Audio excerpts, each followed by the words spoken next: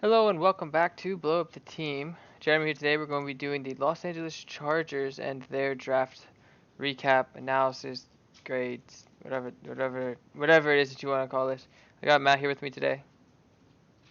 Hello. Hello. That's what you got for me? I mean, yeah.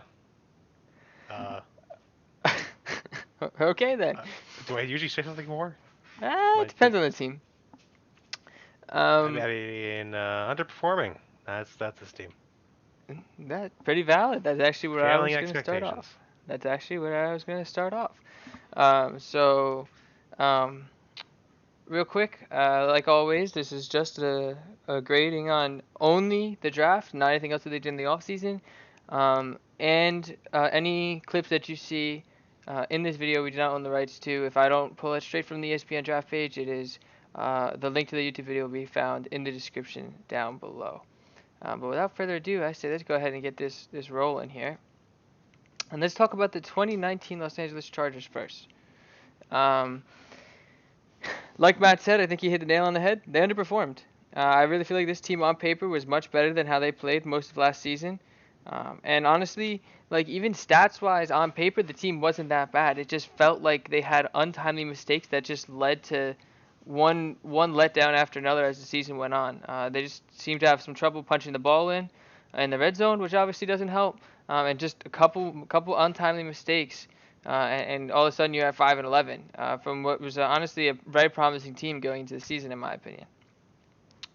Uh, the offense was like overall pretty solid. 10th in yards per game, 6th in passing yards per game. Now they only ranked 28th in rushing yards as Melvin Gordon kind of struggled to get back after an injury.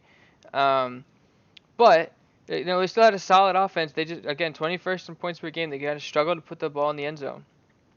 Um, and then the defense, sixth in yards allowed per game, fifth in passing yards allowed, 18th in rushing yards, and 14th in points allowed. So, um, again, there's no one glaring thing that you can, other than the rushing attack on offense. There's not anything that you can really look at and point to the team and say that's what we're like ruined the team this year. And honestly, the rest of the offensive production through the air offset that in a lot of ways. And I don't think that rushing attack was the main problem. I think I mean, it showed definitely that they didn't really have that power back to kind of punch the ball in the end zone, which is, in my opinion, why.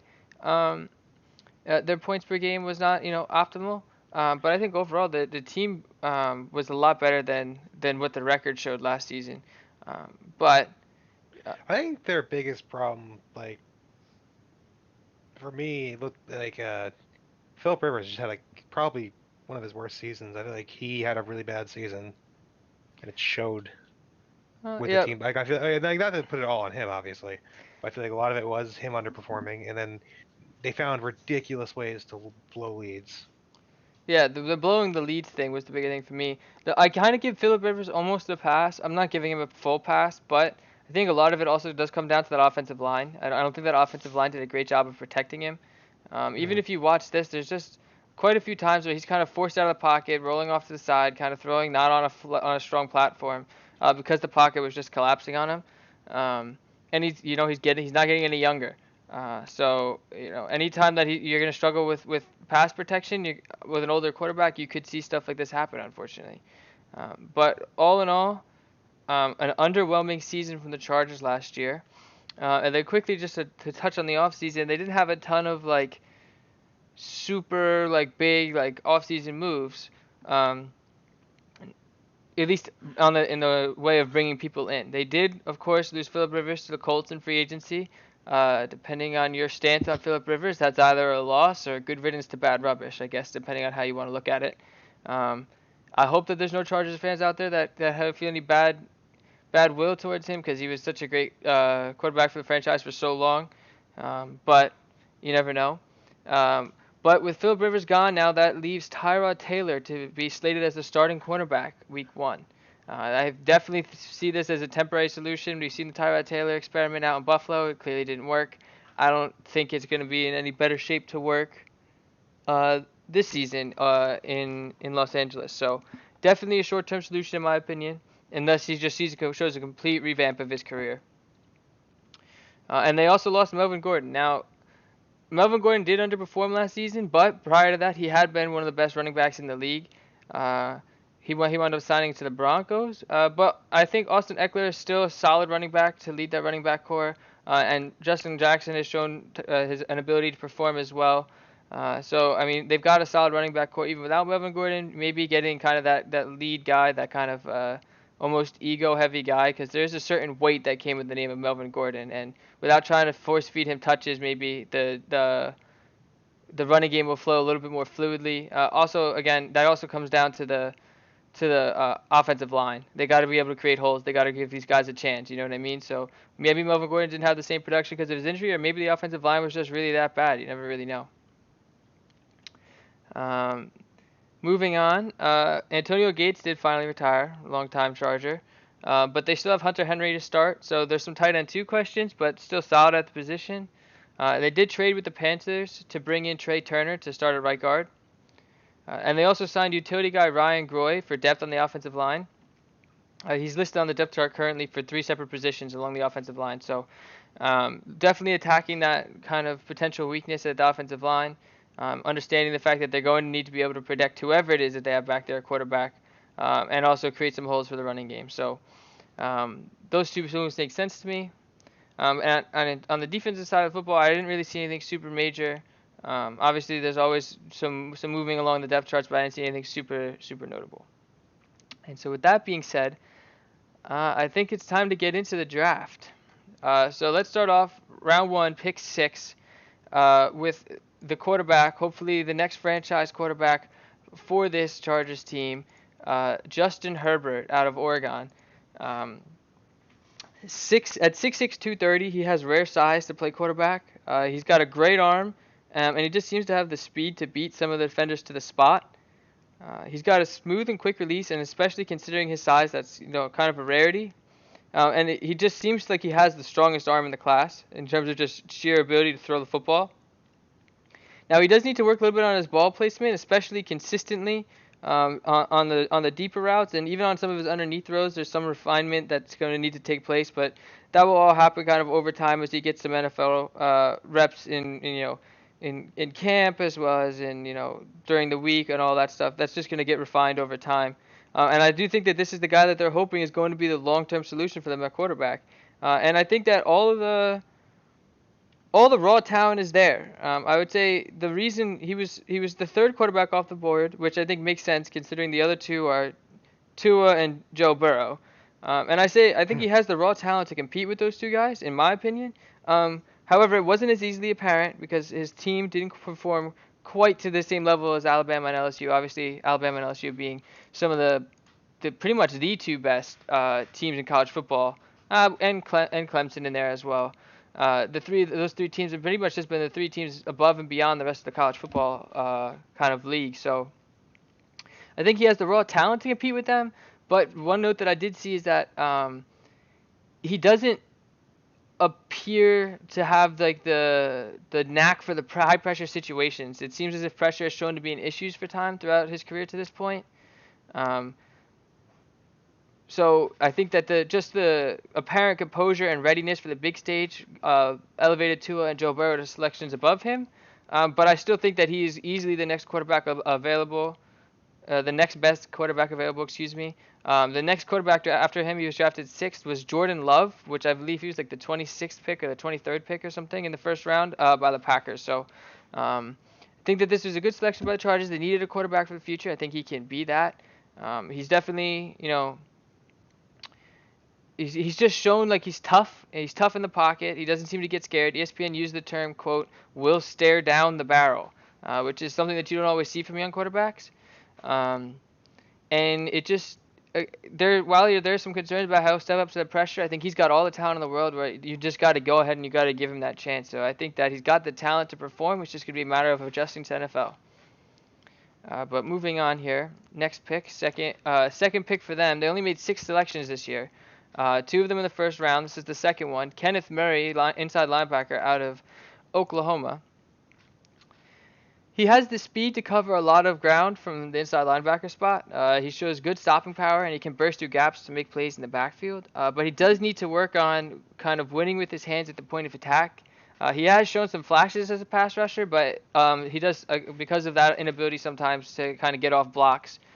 He's going to need to work on that kind of hand fighting at the line if he wants to have sustained kind of pass rushing reps.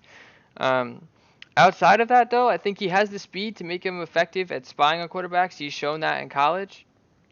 And something that I always like to see, and you don't see it that often, is that he was noted as being a natural leader, which is just something you can't teach. And he has the work ethic to match it. You don't often see notes about their character being like readily offered, and like his was even offered just right there in the kind of ESPN like short draft, pre-draft analysis kind of him. So you don't always see that. You know what I mean? So that's a good sign for me. I think that just speaks a lot to his character, and the fact that it's so relevant is a very good sign. He is slotted to start at middle linebacker day one, and so the Chargers recognize that they needed some help in run defense, and I think that he'll be able to provide some of that, and as well as just being an overall threat on the defensive side of the football. But next up here, they didn't make another selection until early in the fourth round, where they went with Joshua Kelly, running back out of UCLA. He seemed to be kind of an elusive back, and he's got good patience. Which again, good patience isn't always something that you can teach. Some guys just are more patient than others. It's a kind of a method of running the football. He had a very good 40 time, but he doesn't seem to play kind of up to that speed. Although he does have enough, he does play with enough of it to kind of gain chunks of yards. He's a willing pass blocker, and he's developing his receiving skills. As of right now, he's listed as running back 3. But with the way that running back committees in this league are kind of run, we're seeing a lot more kind of 3, 4, sometimes even, especially with injuries, 5 running back committees over the course of a season. I would definitely expect him to get some reps this season. And I would say I could see him making a solid impact for this team, especially, Austin Eckler and Justin Jackson, the guys I brought up earlier. They're not going to be able to shoulder the whole load of the running backs of this offense. So I would expect for him to get some impactful reps as the season starts to go on and he gets accustomed to the offense. Next up, early in round 5, they went with Joe Reed, wide receiver out of Virginia, kind of early in the 5th round here. You can see 3 of their first 4 picks were addressing the offensive side of the football. They are aware that they lost some talent this season. They're going to need to kind of give Tyrod Taylor something to throw at, and hopefully, if their rookie is looking, if Justin Herbert's looking ready to step up, they've given him kind of weapons to play around. So Joe Reed, he can line up all over the formation. He's a threat with the ball, and as soon as he gets the ball in his hands, he can make things happen. He's one of the quote. He is one of the most dangerous kickoff return men in the country. So as I bring up a lot on this channel, anytime you can get somebody that can reduce in that third facet in special teams, that immediately gives that pick value. Add into that the fact that as listed as wide receiver 4, he is going to potentially have an impact on offense and special teams this season. I like this pick here. I think he just gives them kind of overall impact on the football team. And he's going to be able to kind of be moved around. He can line up in the backfield if you need him to. He can line up in the slot. He can line up outside. We already talked about what he can do in special teams. So just getting the ball in his hands is looking like it's going to be very important. And that's what Virginia was able to do for him during his time there. So I would expect for him to see definitely some playing time at wide receiver. Obviously, it's going to depend on how they work him into the system in terms of how impactful that playing time will be. But they needed kind of one more kind of explosive guy on the offensive side of the football. You can never get enough of them, and that's one more for them. Next up here, early in the 6th round, they went with a Alohi Gilman, safety out of Notre Dame.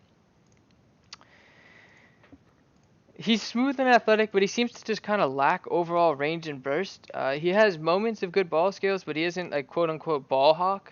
And he does attack the football well when he's tackling with potential to cause fumbles. He did have 6 forced fumbles in 2 seasons. He's currently listed as a 3rd-string strong safety. I would say there's some questions on does he have the kind of burst athleticism that you need out of a safety spot to be kind of a long-term effective player at that position. And I think that's going to depend on how camps go for him, how he's able to kind of work with obviously the professionals in the industry, in the sport, and they kind of refine his athleticism. He's got the natural athleticism, but now it's a matter of developing that burst and that kind of that just overall range that you're going to need to be able to play safety in this league. So I would say that this is definitely more of a project piece. But as we kind of get into the sixth, seventh rounds, that's kind of to be expected as well. He definitely has some potential, but it's definitely going to need to be kind of refined, especially like I said earlier. He's got to be able to cover that ground. He's got to be able to have that burst out of a safety spot. So it'll be kind of a wait and see on him. And I would say it's kind of a similar thing with the early seventh round pick with KJ Hill, wide receiver out of Ohio State. Kind of the same deal as Gilman here at safety. Um, he's got potential. He is a smaller slot receiver. He's got some average burst. I would say he's an instinctive runner with the ball in his hands. That's what I was kind of reading up on. And he just has the ability to make like a defender miss after the catch and make plays happen. But he does just seem to lack like overall just big speed and size to be a huge threat vertically. So although he plays with great toughness, and that's something that you want in a football player, especially somebody that's going to be kind of low in the depth chart and is going to need that kind of grind mentality to want to go out there and work every day. Um, I don't know if he's got the speed and the size or just the natural physical attributes to be kind of to step up and be that playmaker that the team really needs. So that's another kind of project piece here. It'll depend on how he's kind of able to develop as he kind of gets, a little bit older, a little bit more mature, and we'll see how he's able to kind of grow into that.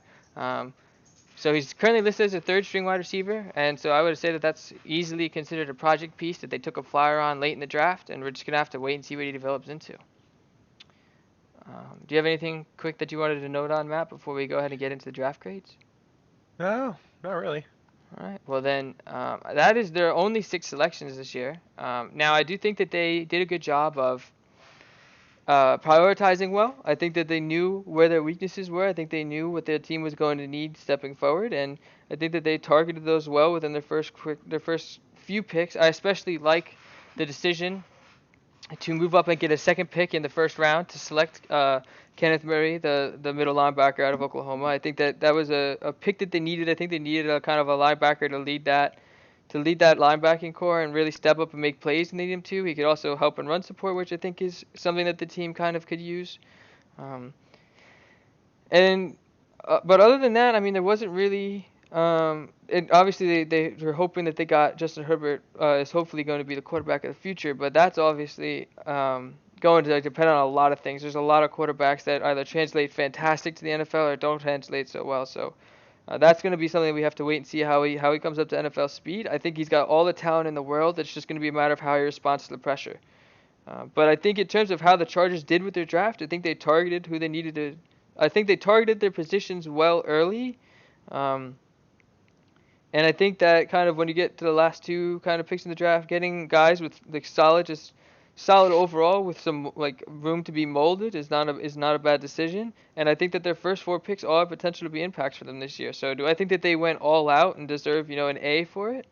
Not necessarily, but it wasn't a bad draft. I think that this could be I think you're going to see a lot of teams kind of slayed in around the B plus range for me, and I think this is another one that lines in right there with them. I think this is about a I would say a I would have. I'm gonna give them a B. I would have given them a B Mhm. plus, but I think that only making 6 selections with the team that's kind of in a weird kind of half rebuild state, I would have liked to have made them. I would have liked to have seen them make maybe 1 or 2 more selections, maybe in the middle rounds, maybe picking up a third round pick somewhere in there would have been nice. But I think overall it was a solid draft. They attacked what they needed to attack. Um, Now, you could argue that they should have also went. Something else that I noticed is, there were some questions about how that offensive line was going to perform, and they didn't make a selection of an offensive lineman. That's, one of the other things that I was kind of wondering. Um, but, maybe I don't follow the Chargers very, very closely. Maybe they had some injury problems, maybe this, maybe that. But so we'll have to wait and see how that pans out. But I think that overall, it was a solid draft. They got the quarterback that they're hoping is going to be the future, and they got solid impact players for this year. So I think a B is where I'm going to kind of land them. Do you agree? You have an opinion? I kind of want to. I mean, like at least from what I've, I lean more towards the B plus area because I mean, yeah, they didn't handle the offensive line, but I think they. I mean, I think that don't not enough teams do what they do. They chose one area to focus on. They focused on it pretty hard, and they're with their biggest draft picks. and so that's why I lean them towards a B plus because they did make noted improvements and got a lot of guys who are going to make impact next year. So that's why I would lean more towards that. Yeah, so I think we're in agreement. They're kind of in between a B and a B plus. So can we give them like a B slash? Can we make that a thing? A B B slash? slash. I guess I go ahead and give them a B plus. I'm never gonna. I don't want to talk down on any of these guys. Obviously, they all have potential a lot more than me since I'm sitting in front of my computer and they're working out, getting ready for the NFL season. So, who am I really to judge them? But I think we'll give. I think anywhere between a B and a B plus, I could see it. When you and you know it was a solid draft for them. They got their guys for the future and. You know, some guys that they can, you know, hope to mold into some impactful players for them. So, um, not a bad draft for the Chargers. Although it's going to be interesting to see losing Melvin Gordon and um, Philip Rivers. Those are two huge pillars of what this team is. The team's identity has been for the past few years. So it's going to be interesting to see how they transition into the next era.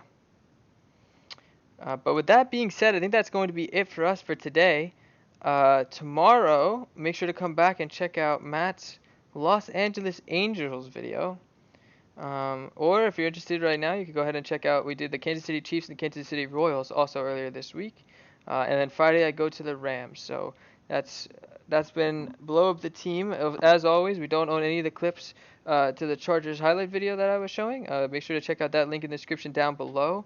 Also in the description down below, make sure to check out our Instagram and our Twitter as well as our Discord server. Please come on over and kind of say hi, let us know what you think. Or if you want to just go ahead and leave a comment on this video, we do check the comments, and so leave a comment, like, subscribe, all that stuff, and we'll see you next time. Peace.